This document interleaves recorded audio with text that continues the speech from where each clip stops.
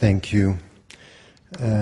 First, thank you for this invitation here this evening, and I really also want to thank once again Oxford University Press for organizing my visit here in the States, and I won't forget ACLU and others who helped me to struggle for my rights for being here in the States and being able to speak, to listen, and to contribute to the American debate or the Western debate. And I know that among us, Jamil Jaffer is here, so I want to thank you again for this support. Let me go straight to some of the points, and I'm not going to respond straight away to some of the claims, on all the claims, but during my talk, as it is the introductory speech, let me highlight some of the points.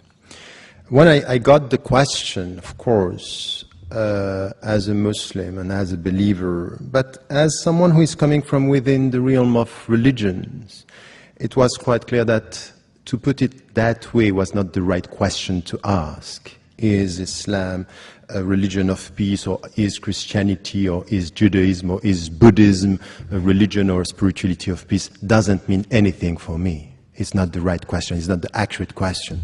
Not because I think that there is a good Islam and a right Islam, and there are people who are acting in the name of Islam who are not representing what Islam is. This is not my point. I never said that, by the way. But the point for me is really to try to deal with a phenomenon, with religion from within, and to try to understand the dynamics and to understand the trends and to understand the diversity. So just to essentialize one religion by saying it's all about war, it's all about peace, and even, said by George W. Bush, doesn't mean anything for me. So this is one point which is important. But religions, and all the religions, and Islam among all the other religions, are dealing with human beings. And if you deal with human beings, you deal with violence and you deal with peace. You deal with violence. Because human beings, by definition, have to do with violence. They have to deal with aggressivity, with wars. And to expect from a religion not to tackle the issue is just to dream of something which is not going to happen. All the spirituality, go for Buddhism or go for the Bhagavad Gita, you deal with violence. So this is it. Now, what is the answer coming from religions and from trends when it comes to violence and to peace? This is the right question for me. Do we have something which is coming and helping us to go towards peace? This is, for me, the right question. So now, once again, when I have people speaking from outside, and it's especially the case these days when it comes to Islam, is we speak about Islam and we speak about, something which is a religion that is perceived through one window or through one interpretation, and we very often take what is visible through the media. But Islam is as complex as Christianity and Judaism and Buddhism and Hinduism. It's a diversity of interpretations. Yes, you are right. The Quran is for the Muslims the very word of God. But many interpretations and many ways of dealing with the books. The problem is not the book, the problem is the reader. Is the way... No, we have only 10 minutes. So... This is why when, for example, you take a text, and you can do this with the Bible, with the Torah, the Gospels, it's always the same. Tell me the way you read, I will know what is in your mind, but not for sure what is in the text. And this is something which is the starting point of a serious discussion in theology. Because I don't like all this intellectuals and philosophers and even journalists. They are very keen on understanding the complexity of philosophies and the simplicity of religions. That's not right. And the one to blame sometimes are the religious people themselves, because the way they present their religion is something which is all of dream and hopes and not dealing with the reality, which is a complex reality. And this is where I think we have to come to a better understanding. So, very often when I deal with such topics, I just have to start with the very beginning. we want to deal with the religion, let us speak about religious issues and religious understanding, not to avoid the starting to just to come to newspapers and headlines.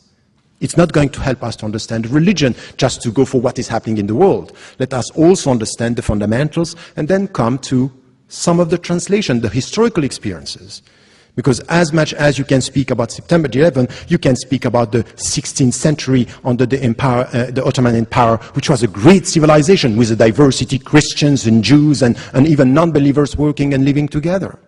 We are always speaking about Andalusia. But we can prove everything with history if we don't get a sense of what are the principles we are talking about. So, for example, coming from a religious viewpoint, I wouldn't say Islam is the religion of peace. I say Islam is a religion for human beings. It deals with peace and it deals with violence. And it helps the people to go from violence towards peace. It's a way towards peace, but it's not a peaceful reality, because we are not peaceful beings. We are all in tension. Just to get that inner peace in us, and this is the starting point of the Islamic philosophy of human being, is really to start with your own self. Look at your heart and tell me if you are at peace or you were at peace. Peace is a process through which you have, is a process that you get at the end of a self-education. Educate yourself to get this inner peace. This is coming from the universal message of all the religions. You get this in Buddhism, before even speaking, or not even speaking about one God, but you get it in Judaism, you get it in Christianity. Educate yourself to get that peace. So you have to deal with your inner wars and tensions. So this is the way we have to deal with the issue about peace. And the starting point is spirituality. Why? Because at the end of the day, it's really something which is important. And this is the difference that you can find between Islam and the Greek tradition. If you come back to Socrates, Socrates was saying your body in itself is bad. And this is why you have the soul helping you to educate your body and to master your body. In Islam, there is nothing like that. Your body is not bad, is not good, and your soul is not bad, is not good. It depends on what you are going to make out of it. It's your responsibility because you are free. Your dignity is in your freedom, and you have to use your freedom to make it bad or to make it good. Take the good decision for your body, that's good. Make the bad decision, that's bad. So it's all a question of educating yourself with your own body. And it's exactly the same when it comes to the understanding of the world. So this way towards peace, it's based on education, it's based on a spiritual way of dealing with yourself. And you know what is the meaning of that? The very essence of what I'm trying to translate now is jihad. So this is something which is coming from the classical tradition. And once again, the classical tradition is helping us understand jihad is resist the bad to promote the good. And the bad is in yourself first. And then you will try to get the good. And to get the good is this inner peace. So jihad is not the way towards war, it's the way towards peace. Because you have, as a human being, intrinsically to deal with your inner wars and inner tensions. It's exactly the same in the world, that what we have to do, you will find something which is the will of God. What is the will of God? Diversity. He made you tribes and nations in order for you to know each other. But you know the risk of diversity? It could be lots of knowledge and potential wars. So you have to educate yourself to live with others and with this diversity to know each other. So you can look at Islam saying, you know what Islam claims? It's the last and final religion. It's not enough to end with this sentence. The most important thing is what Islam is saying about the other religions. That you have to remove them from the earth? No. He made you tribes and nations in order for you to know each other. So respect the Christians, respect the Jews, respect the people who were before you. So it's a call towards respect that you find also in the texts. So yes, you will have Muslims, they will take one dimension and interpret this as it is the final religion, we are not going to deal with all the others. But you cannot deny the fact that through history, Muslims in many situations, in many historical situations, were dealing with this diversity, and we learned from the Middle Ages and we learned from the Ottoman Empire that Muslims are able to deal with diversity and take from the Jewish tradition. Maimonides was speaking Arabic better than me. He was a Jew, And he was an intellectual, and he was a theologian, and he was dealing with respectful people. So all these Muslims were wrong Muslims because they didn't understand that the final religion should not listen to the first monotheistic tradition? That's not true. You cannot reduce this in such a way. It's too simplistic to represent what a religion is and what a history and a historical experience is.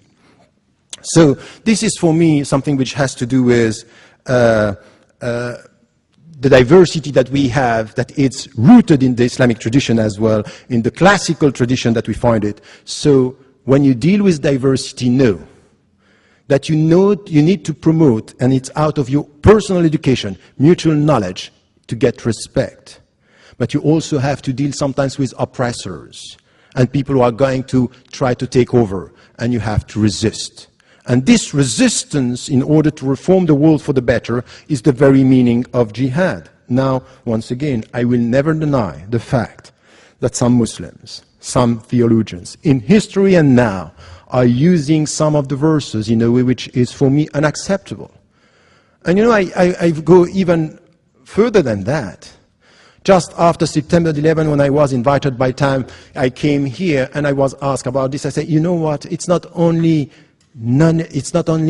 not good and not Islamic, it's anti-Islamic what they are doing. It's against my religion. It's against the principles. So I'm not saying this is the good religion and this is bad. I acknowledge the fact that they are interpreting the text in a way. But what I'm saying from where I am, from within my tradition, is this is anti-Islamic. This is not the right way to deal with the text. So you cannot reduce this into something which is, oh, the only right Muslims are the Muslims who are acting the way I believe Islam is, meaning bad. I think it's not fair. It's not a discussion that we can have. So let me come to my conclusion here. At the end of the day, if you go through the text and you understand the philosophy of this way towards peace, dealing with your own wars and inner tensions and the tensions within the society, you will find interpretations within Islam that are promoting something which has to do with peace, without avoiding violence, because we all have to deal with our violence. This is something which is important, and in history you will find the examples for this and for that. So don't rely on history. With history you prove whatever you want. But at the end of the day, this is exactly the case for all the philosophies.